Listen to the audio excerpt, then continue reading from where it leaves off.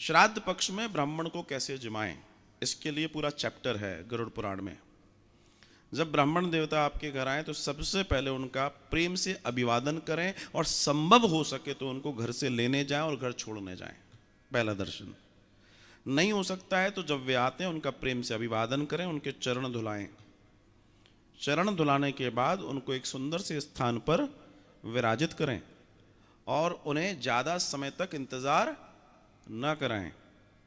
उसके बाद जब वो बैठें तो सुंदर सी चौकी उनके आगे लगाएं। उसके बाद उस पर थाली और जो भोजन प्रसादी आपने प्रेम से बनाया है वो परोसे, उनका तिलक आदि इत्यादि उसके पहले कर देना है। और फिर जब वो जीम लें तो जीमने के बाद पुनः तिलक है, पुनः आरती है और परिक्रमा का भी दर्शन दिया है। और जो भोजन है हमेशा ध्यान रखना, भोजन हमेशा आपके यहाँ ब्राह्मण देवता आए, आपके यहाँ संत आए, सदगुरु आए, भोजन हमेशा पुरुष परोसे अपने हाथ से डायरेक्ट उनकी थाली में और पत्नी उनको ला कर दें। ये नीति सबसे उत्तम है। पुरुष क्या सोचते हैं, अरे ठीक है मैं दुकान संभालता हूं तुम जिमा देना। और वो न जाने क्यों मुझे ये समझ में नहीं आता कि पुरुष ये क्यों सोचते हैं कि धर्म कर्म सारा इन्हीं के लिए है, मेरे लिए कुछ नहीं है। तुम्हारा घर नहीं है क्या? उस बेचारी ने इतनी मेहनत करके गाय की रोटी निकाली, वो तुमसे इतना ही तो कह रही है, जा रहे हो तो रास्ते में दे देना, तुम उसको आंखें दिखा रहे हो। अरे तुम्हारे घर के लिए कर रही है वो, तुम्हारे उद्धार के लिए कर रही है वो व्रत भी रखती है ना, 100 में से 99 तुम्हारे लिए होते हैं। लेकिन तुम किस अकड़ में, मुझे समझ में नहीं आ रहा क्या है तुम में ऐसा, कौन से तुम में सुरखाव के पर लगे हैं जो तुम अपने आप को हैं, समझ में नहीं आता।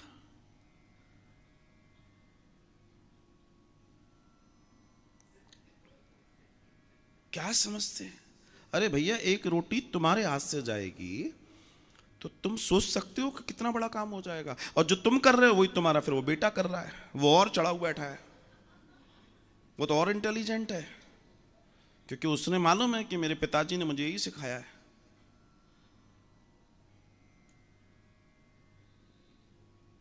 पान की दुकान पर रगड़ने में तुम आधा घंटा लगा दोगे तो तुम्हारा समय नहीं जा रहा। और धर्म कर्म करना, 1 मिनट गाड़ी रोकना है तो तुम्हारे लाखों के दिवाले निकलने वाले हैं। तो क्या तुम्हारी ड्यूटी नहीं है? उसने रोटी बना दी, तुम्हारा काम होना चाहिए कि तुम गैया मैया को दो। अरे घर परिवार दोनों लोगों के संयोग से चलता है, एक अकेले के ऐसे थोड़ी चलेगा। वो तुम्हारे लिए कर रही है, तुम्हारे घर के लिए कर रही है, अब क्या ले जाएगी वो कहां पर कुछ, लेकिन तुम समझने को तैयार नहीं हो।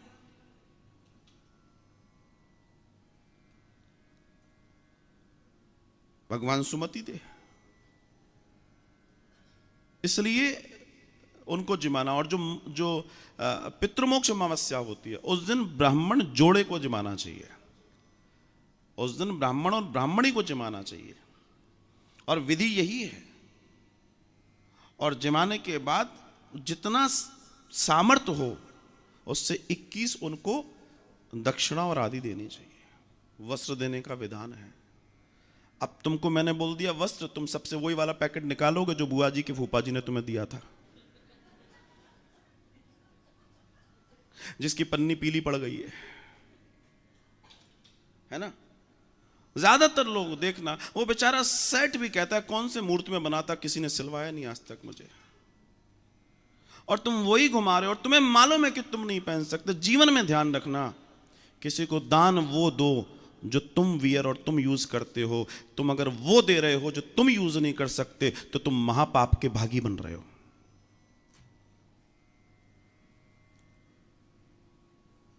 मुझसे कई लोग पूछते हैं महाराज जी धोती, मैंने कहा छोड़ो दो, दिमाग से निकाल दो। बोला कुर्ता, मैंने कहा वो भी निकाल दो। बोला पटका, मैंने कहा उसके बारे में सोचना भी मत। बोला मतलब, मैंने कहा तुम ना कर पाओगे,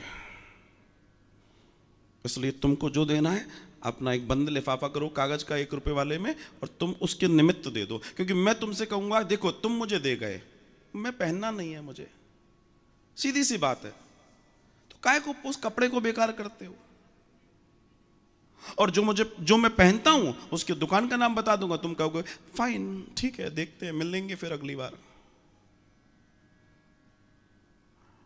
आप किसी को, कोई आपकी बहन आ रही है, कोई जिनको भी आप देना चाहते हैं, आप उनको वो दे रहे हो जो आप यूज नहीं कर सकते, आपको बुरा लगता है और आप उसको दान में दे रहे हो, आप पाप कमा रहे हो कि पुण्य कमा रहे हो? ब्राह्मण को धोती देनी है भैया, वो निकालना है 125 रुपए वाली, जिसका पोछा भी नहीं लगेगा। अच्छा, जिसको दे रहे हो वो भी मालूम है कि वो उससे 10 गुना अच्छी पहना है, वो क्या करेगा उसका? तो काहे को दे रहे हो भाई? क्यों दे रहे हो? उससे अच्छा बेहतर है कि आप उसमें कुछ द्रव्य दे दीजिए उनको, उसके काम आएगा। क्यों पैसा बर्बाद करना? और ज्यादातर लोग इसी भ्रम में रहते हैं कि हम ये कर दें। अपने लिए कोई चीज खरीदोगे तो कैसे खरीदोगे? मान लीजिए आपको इयररिंग लेने, तो आप कहेंगे थोड़े और बढ़िया बताओ, मंगलसूत्र लेना और बढ़िया बताओ। बगल में बेचारा वो बैठा है, जैसे जैसे स्त्री बढ़िया बोलती है वो बेचारा ऐसे बैठता है और धीरे से आंख दिखा देता है, थोड़ा बढ़िया दिखाई दो, मतलब डाउन करो। So try to understand. जिस दिन पितृमोक्ष अमावस्या है उस दिन ब्राह्मण ब्राह्मणी उन दोनों का विशेष भोजन होता है, जिससे आपके जितने पितर हैं उन सबके निमित्त होता है उस दिन। तो सबके निमित्त जो आप कर सकते हैं बेहतर करें। ध्यान रखना, मैं प्रैक्टिकल बात करना थोड़ा पसंद करता हूं। अगर मान लें आपने ब्राह्मणी को साड़ी भी दी है ना, देखो ब्राह्मण देवता को कपड़े से कोई मतलब नहीं है, उसको नगद नारायण से मतलब है, घर गृहस्थी चलानी है, क्योंकि ऑर्डर आ जाएगा सब्जी ले आना, समझना। लेकिन जब वो घर पे जाके वो साड़ी खोले और उसका दिल खुश हो जाए, समझ लेना तुम्हें आशीर्वाद मिल गया। सीधी सी बात है। उसको क्या पसंद है? उसको वो पसंद है, वो तो नीचे से लिफाफा भी निकाल के दे देगी, ये लो जी तुम रखो, साड़ी है बढ़िया। अपना सिस्टम यही है। लेकिन जब हमको बांटना होता है तो हम बाजार की उन पतली गलियों में होलसेलर के पास जाते हैं, फिर कहते हैं वही दे देना बांटने वाली। वो भी जानता है बांटने वाली चाहिए, शक्ल पड़ता है वो तुम्हारी, वो भी पूछ ले, अच्छा बांटने वाली, हाँ ठीक है, ले आइए बेटा 55 नंबर 55 रुपए वाली, लो जी, हाँ हाँ 50 निकाल दो। अरे मैं कह रहा हूं 5 निकलवा लो, ढंग की निकलवा लो। उन 50 के मतलब का नहीं है, किसी अच्छे 5 को दे दो, पैसा तो उतना ही खर्च हो रहा है तुम्हारा।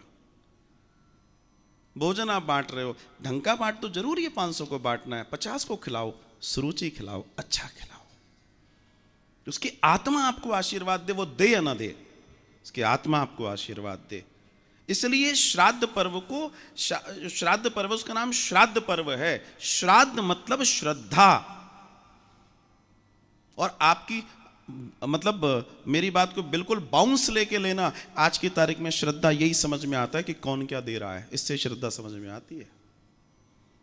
चाहे कोई कितनी मीठी बातें कर ले, जी गुरु जी, जी महाराज जी, जी बहन जी, जी पंडित जी, जी जी जाजी जी, जी फूफा जी, लेकिन जब उसकी जेब से जो निकला है वो बताता है कि इसके मन में क्या है। बड़ी सीधी सी बात है, कड़वी कड़वी, आज मूड कुछ अच्छा है तो ठीक चल रहा है मामला।